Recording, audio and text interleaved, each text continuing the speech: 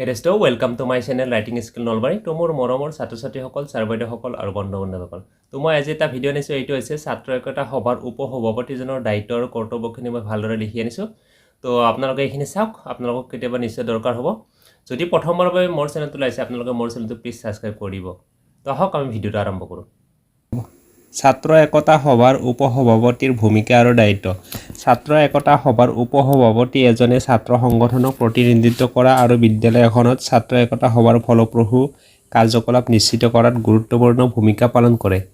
এই পদটোৱে উল্লেখযোগ্য দায়িত্ব বহন কৰে আৰু ছাত্ৰ সমাজৰ সামগ্ৰিক মংগলত অৰিহণা যোগায়। এই ৰচনাখনত আমি বিদ্যালয়ৰ পৰিৱেশত ছাত্ৰ সংঘৰ উপসভাপতিৰ কাৰ্য আৰু কৰ্তব্যসমূহৰ বিষয়ে অন্বেষণ কৰিম। 1 নম্বৰ, নেতৃত্ব। উপসভাপতিয়ে ছাত্ৰ সংঘৰ ভিতৰত এজন মূল নেতা আৰু তেওঁলোকৰ অনুপস্থিতিত প্ৰায়ে সভাপতিৰ ভূমিকা গ্ৰহণ কৰে। তেওঁলোকে সংঘক নেতৃত্ব আৰু পথ প্ৰদৰ্শন কৰে। 2 নম্বৰ, সভাপতিক সমৰ্থন।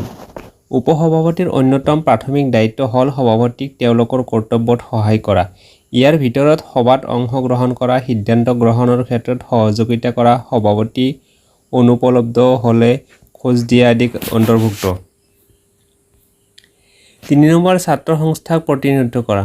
উপসভাপতিয়ে ছাত্ৰ সংগঠনৰ প্ৰতিনিধি হিচাপে কাম কৰে। তেওঁলোকৰ উদ্বেগ প্ৰকাশ কৰে আৰু তেওঁলোকৰ প্ৰয়োজনীয়তাৰ পোষকতা কৰে। ছাত্ৰ-ছাত্ৰী আৰু বিদ্যালয়ৰ প্ৰশাসনৰ মাজত যোগাযোগৰ কাম কৰে। 4 নম্বৰ, ইভেণ্ট প্লেনিং আৰু সমন্বয়। ছাত্ৰ ইউনিয়নে প্ৰায়ে ইভেণ্ট, কাৰ্যকলাপ আৰু ধন সংগ্ৰহৰ আয়োজন কৰে। উপসভাপতিয়ে সাধাৰণতে এই পদক্ষেপসমূহৰ পৰিকল্পনা আৰু সমন্বয়ৰ সৈতে জড়িত হৈ থাকে যাতে ই সুচাৰুৰূপে চলি থাকে আৰু নিজৰ লক্ষ্য পূৰণ কৰে। সমিতিৰ তদাৰকী। বহু ছাত্ৰ সংঘৰ নিৰ্দিষ্ট কাম আৰু প্ৰকল্পৰ বাবে নিবেদিত সমিতি আৰু উপগোট থাকে। উপসভাপতি এই সমিতিসমূহৰ তদাৰক কৰিব পাৰে, নিশ্চিত কৰিব পাৰে যে এই সমিতিসমূহ সংঘৰ লক্ষ্য আৰু উদ্দেশ্যৰ সৈতে মিল খায়। 6 নম্বৰ, ছাত্ৰৰ সংযোগ। উপসভাপতিয়ে ছাত্ৰ-ছাত্ৰীক ছাত্ৰ একতা সভাৰ কাৰ্যকলাপত জড়িত কৰাৰ কাম কৰে। তেওঁলোকে অংশগ্ৰহণক উৎসাহিত কৰে, মতামত বিচাৰে আৰু ছাত্ৰ-ছাত্ৰীসকলক ইউনিয়নৰ কামত জড়িত হোৱাৰ সুযোগ সৃষ্টি কৰে। 7 নম্বৰ, সভাৰ সুবিধা। সভাপতিৰ অনুপস্থিতিত প্ৰায়ে উপসভাপতিয়ে ছাত্ৰ একতা সভাৰ নেতৃত্ব দিয়ে। ইয়াৰ ভিতৰত এজেণ্ডা নিৰ্ধাৰণ, আলোচনাৰ মডাৰেটিং আৰু সিদ্ধান্তসমূহ যাতে দক্ষতাৰে আৰু গণতান্ত্ৰিকভাৱে লোৱা হয়। 8 নম্বৰ, অধিবক্তা। ছাত্ৰৰ অধিকাৰ আৰু স্বাৰ্থৰ পোষকতাত উপসভাপতিৰ ভূমিকা আছে। তেওঁলোকে বিদ্যালয় প্ৰশাসনৰ সৈতে হোৱা বৈঠকত ইউনিয়নক প্ৰতিনিধিত্ব কৰিব পাৰে, পাঠ্যক্ৰম, নীতি বা সুবিধাসমূহৰ সৈতে জড়িত বিষয়সমূহৰ ওপৰত গুৰুত্ব দিব পাৰে।